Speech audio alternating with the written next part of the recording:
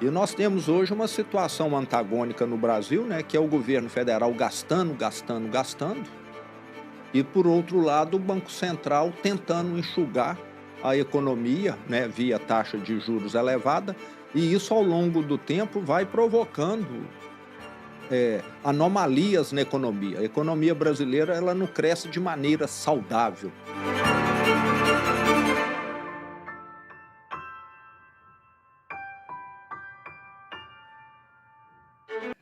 Governador, qual a sua leitura sobre a política monetária brasileira e o papel do Banco Central? O senhor acha que juros altos são uma escolha ou é um sintoma de um problema estrutural do Brasil? É claramente um sintoma. Tanto é que hoje tem um presidente do Banco Central que foi indicado, né, pelo presidente da República e que não conseguiu reduzir a taxa de juros, porque ele sabe que se fizer isso, ele vai causar um problema enorme na economia. A economia brasileira ela não cresce de maneira saudável, como deveria ser devido a esse motivo, né? É você colocar um pé no congelador e o outro pé no forno e falar que está em equilíbrio térmico, né? O que acontece hoje na economia do Brasil é isso. É muita gente que tem empresa perdendo dinheiro e os rentistas que têm dinheiro aplicado ganhando mais do que deveriam devido toda essa anomalia que é causada. A taxa de juros é uma transferência de dinheiro do pobre para o rico. Exatamente, esse governo que fala que é o governo que quer distribuir renda, é o que mais concentra renda no Brasil. Quem tem dinheiro aplicado está lucrando como nunca lucrou, e quem deve está sendo prejudicado como nunca foi tão prejudicado. E quem deve geralmente é quem é pobre, e só tem aí 1 milhão, milhões aplicado, ou bilhões, quem é muito rico. Então, esse governo é o governo dos ricos. Fala que dá Bolsa Família, o que ele está fazendo ao contrário via juros é muito maior do que Bolsa Família, mandando muito mais dinheiro para os milionários, bilionários, do que realmente para quem é pobre. Governador, a reforma tributária foi aprovada, mas ainda tem muita dúvida em torno dela.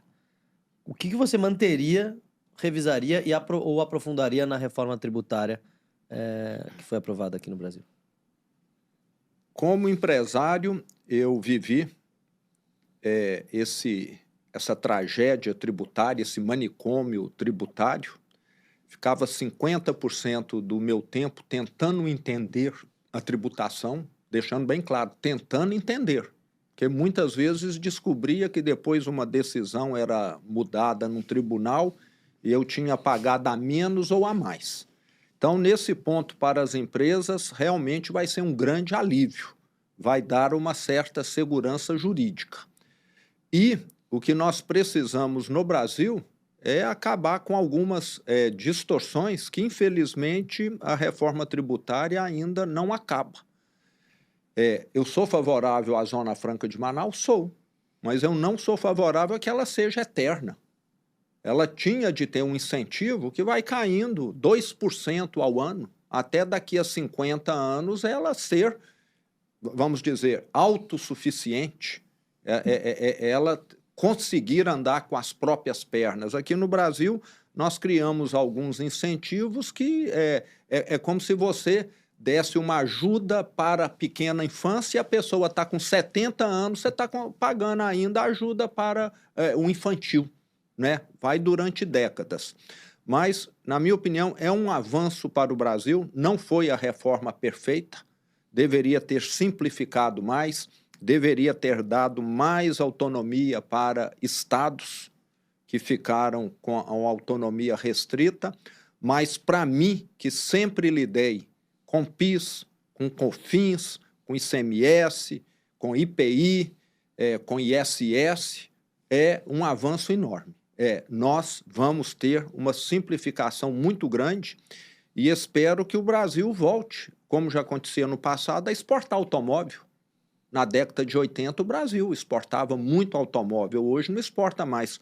Parece que tudo que tem uma cadeia longa de produção, nós ficamos menos competitivos. Sei que o nosso agro é muito produtivo hoje, mas o Brasil se transformou num país que exporta produtos simples. e precisamos exportar mais produtos agregados. E me preocupa muito ainda um ponto que não foi atacado pela reforma tributária, que são os encargos trabalhistas, que são muito elevados no Brasil e que ainda vão estar encarecendo os produtos brasileiros, que precisavam ter aí um tratamento diferente para não acarretar esse custo Brasil, que tem feito com que o país só perca produtividade. Governador, nos últimos anos o Brasil tem investido mais em inclusão do que em excelência na educação, né? Tá cada vez pior, me parece, né? Como é que a gente pode equilibrar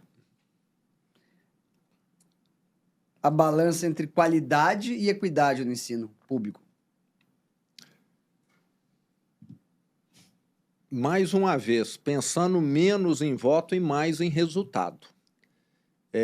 Em determinado ponto, né, acho que há 20 anos atrás, alguém falou que 25% do orçamento dos municípios, dos estados, da União, precisavam ser necessariamente gasto com educação.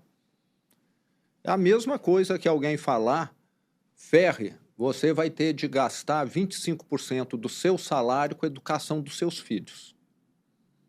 Isso não quer dizer que eles vão ter boa educação. Você pode estar pagando uma escola excepcional para eles, mas isso não garante. A questão de resultado ficou no segundo plano.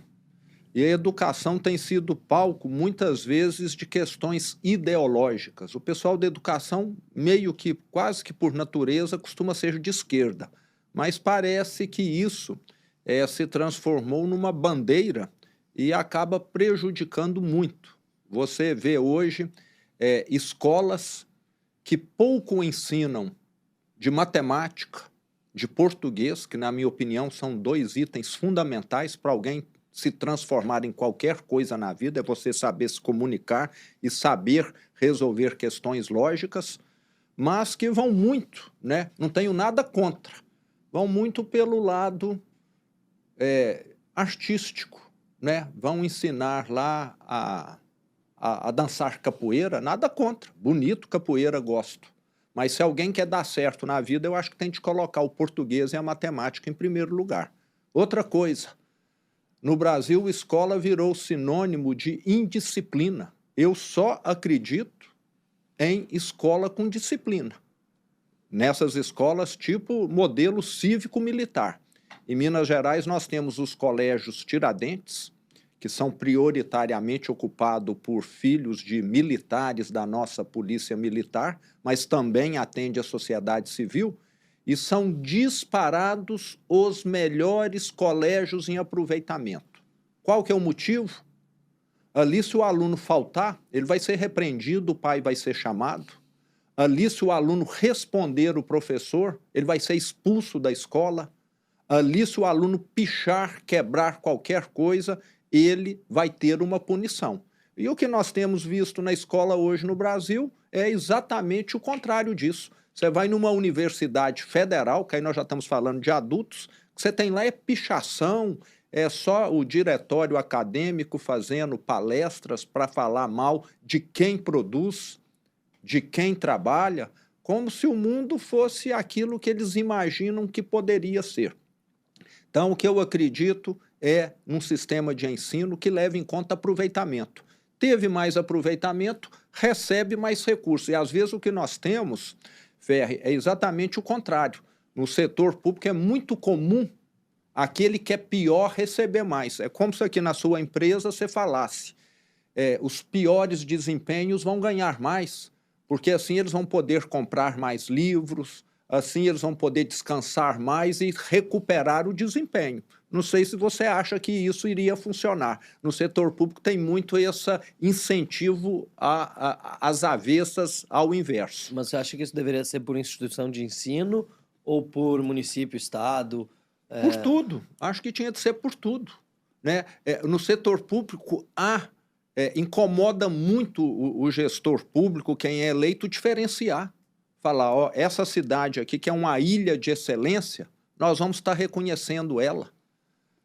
Parece que isso no setor público, para quem é candidato, é como se fosse algo impossível de fazer, porque é como se ele esquecesse os ruins. Parece que o Brasil vive para os ruins e não para reconhecer os bons. Né? Tá dentro dessa lógica da esquerda, né? De falar, não, o professor nosso tem de ficar só ajudando o aluno fraco. O aluno bom é esquecido. Então, parece que isso a longo prazo vai criando essa situação. Nós precisávamos reconhecer quem é bom.